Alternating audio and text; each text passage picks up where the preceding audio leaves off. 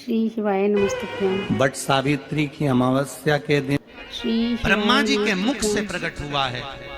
सौभाग्यवती नारियां अखंड सौभाग्य के लिए बट सावित्री का व्रत आप लोग करते होंगे, कई लोग अखंड सौभाग्य के लिए करेंगे, क्योंकि इस बट के पेड़ के नीचे भगवान विष्णु शंकर जी से विनती करे थे वर के लिए, इसलिए अखंड सौभाग्य का देने वाला जिसका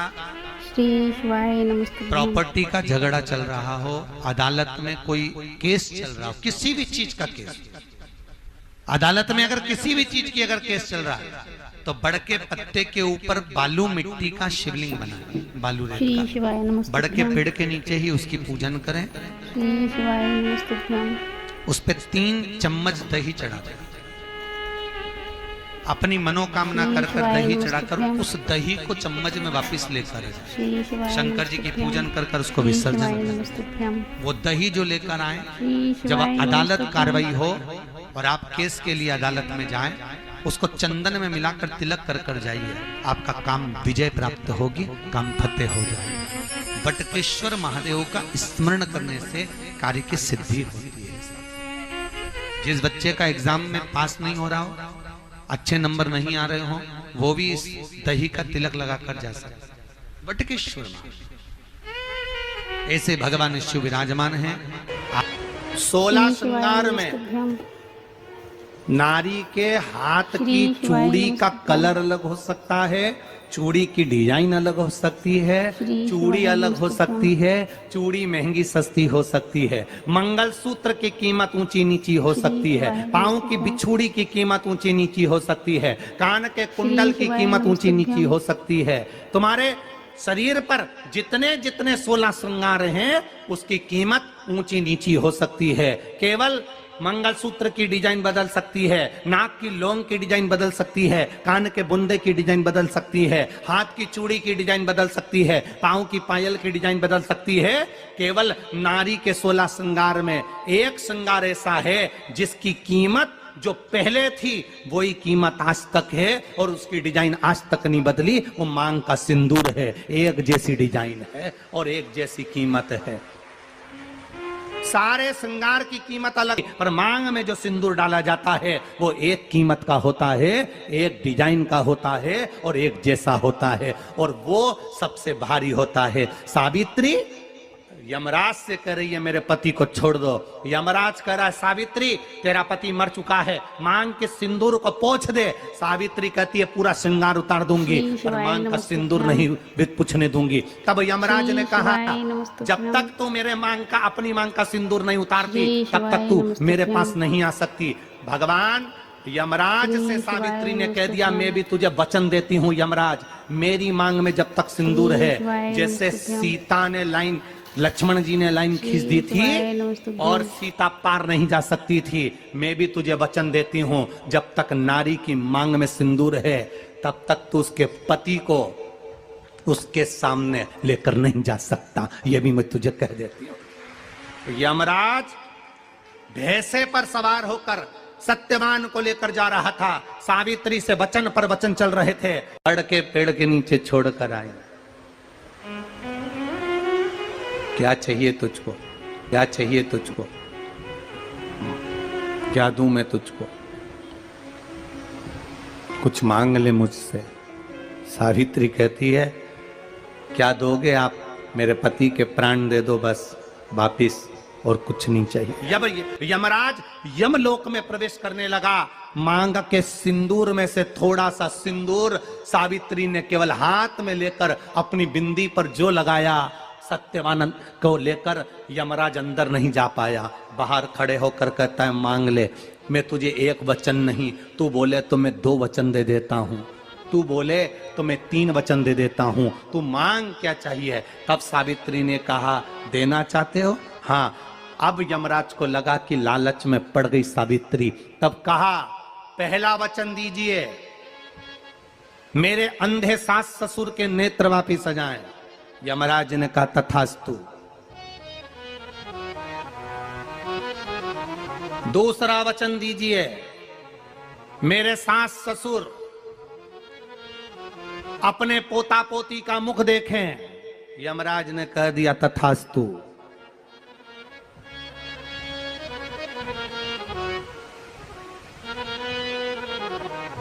जाओ। यमराज जाने लगे, फिर आग जलने लगी। कहने लगे अब मैं अंदर क्यों नहीं जा पा रहा हूं? सावित्री कहती है तुमने वर दिया है, मेरे सास ससुर पोता पोती का मुख देखें, उनके बेटे को तुम ले जाओगे तो पोता पोती कहां से होगा? छोड़ कर जाओ। सावित्री है, पति को वापिस लेकर आ गए।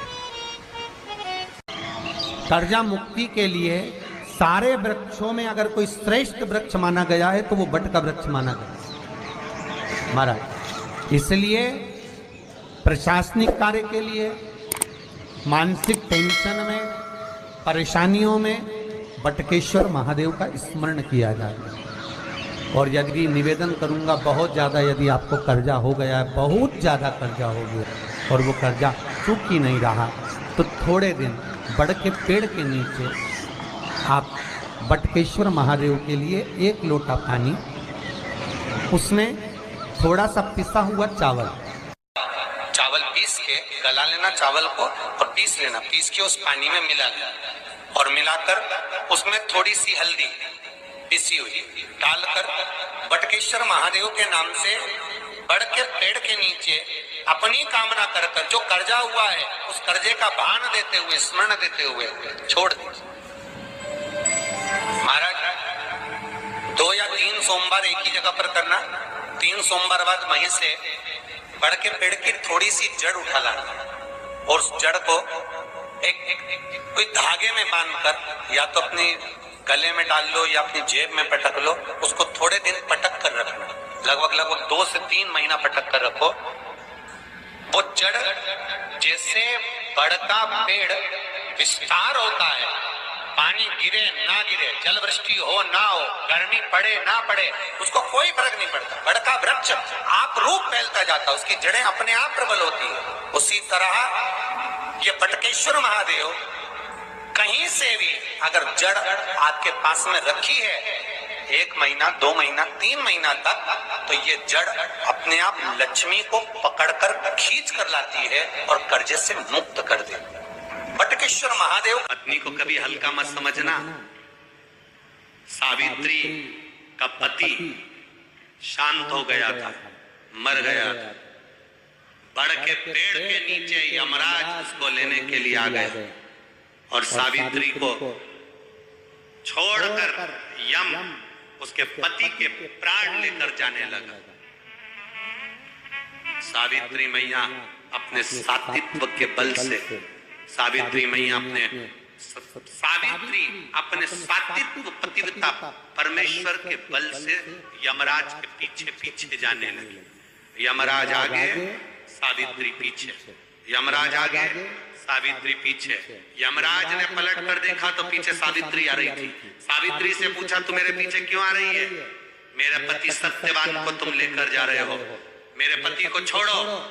यमराज ने कहा इसका अंतिम क्षण है, मर चुका है, जाओ नीचे उसके शरीर का अंतिम संस्कार करो, नहीं तो कोई जानवर खा जाएगा। सावित्री बोली मैं जाने वाली नहीं हूं, मेरे पति को छोड़ो। यमराज कहते हैं हम जिसको पकड़ लेते हैं उसको छोड़ते नहीं है। यमराज लेकर जाने लगे, सावित्री और पीछे चली, सामने यमलोक था, अंदर सावित्री जाने लगी तो यमराज ने रोक दिया। रोक, कहां जा रही है तू? अंदर क्यों प्रवेश कर रही है? मेरे पति सत्यवान को छोड़ दो।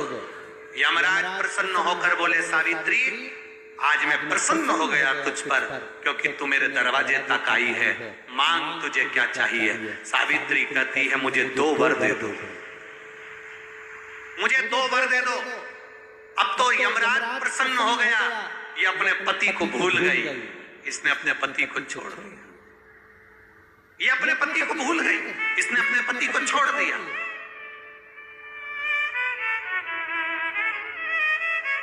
और इसने अपने पति को छोड़ दिया। अब ये कुछ मांगेगी, 2 वर मांगेगी तो मैं इसको 2 वर दे दूंगा। यमराज प्रसन्न हो गए, अपनी पति को छोड़ा इसने। यमराज ने कहा अपने पति को छोड़कर जो तू 2 मांगेगी मैं दे दूंगा, बस पति मत मांग। तो सावित्री ने कह दिया नहीं मांगूंगी पति। ठीक है, मांगो। सावित्री ने कहा पहला वर दीजिए। मेरे सास ससुर की आंख में रोशनी नहीं है, उनकी आंखों से दिखता नहीं है, बस इतना सा वर दे दो, उनकी आंख की रोशनी आ जाए और वो अपनी गोद में अपने पोते को खिलाएं, बस ये सबर दे दीजिए। यमराज प्रसन्न हो गए, इसने पति नहीं मांगा, तथास्तु। अब यमराज ने कहा दूसरा वर मांगो। सावित्री बोली दूसरा वर दे दीजिए। मेरे सास ससुर आज तक कोई तीर्थ करने नहीं गए,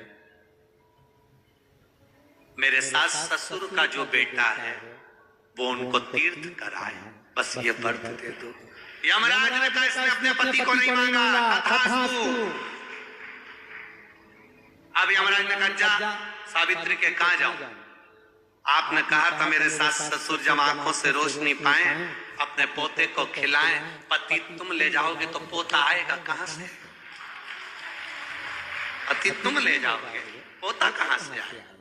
और यदि मेरे सास ससुर के बेटे उसको तीर्थ कराएं तो मेरा पति अगर तुम ले जाओगे तो उनका बेटा ही तो है, तीर्थ कराएगा कौन? यमराज प्रसन्न हो गया, उसने उस सत्यवान को वापिस लौटा दिया। वो सत्यवान सावित्री। तो जितने भी यहाँ पर मेरे जीजा होन बैठे हैं और जितने आस्था चैनल पर कथा सुन रहे हैं, जितने मोबाइल पर कथा सुन रहे हैं, तुम अपनी पत्नी को कभी हल्के में मत लेना। श्री शिवाय नमस्तुभ्यम। बिल्कुल हल्के में मत लेना। श्री शिवाय नमस्तुभ्यम।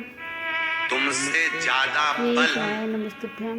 व्रत का, अगर आपको मेरी वीडियो अच्छी लगती है तो प्लीज मेरे चैनल को सब्सक्राइब करें, मेरी वीडियो को लाइक करें और मेरी वीडियो को शेयर करना बिल्कुल भी ना बोल रहे हो कि मैं मंदिर में मिलते हैं अगली वीडियो में। मैं बिना आपके पास घंटी ऐसी के ही घंटी वीडियो बजती लेकर है आती दिमाग, रहूंगी अच्छी वो तुरंत पहचान कमेंट में आप श्री शिवाय नमस्तुभ्यम लिखना बिल्कुल भी ना भूलें। तो श्री शिवाय नमस्तुभ्यम।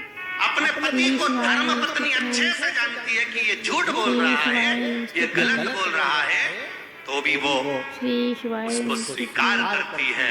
उसी तरह परमात्मा को मालूम है कि ये झूठ बोल रहा है, उसके बाद भी वो स्वीकार कर यहाँ तक बुला रहा है, ये उसको मालूम। श्री शिवाय नमस्तुभ्यम। श्री शिवाय नमस्तुभ्यम। श्री शिवाय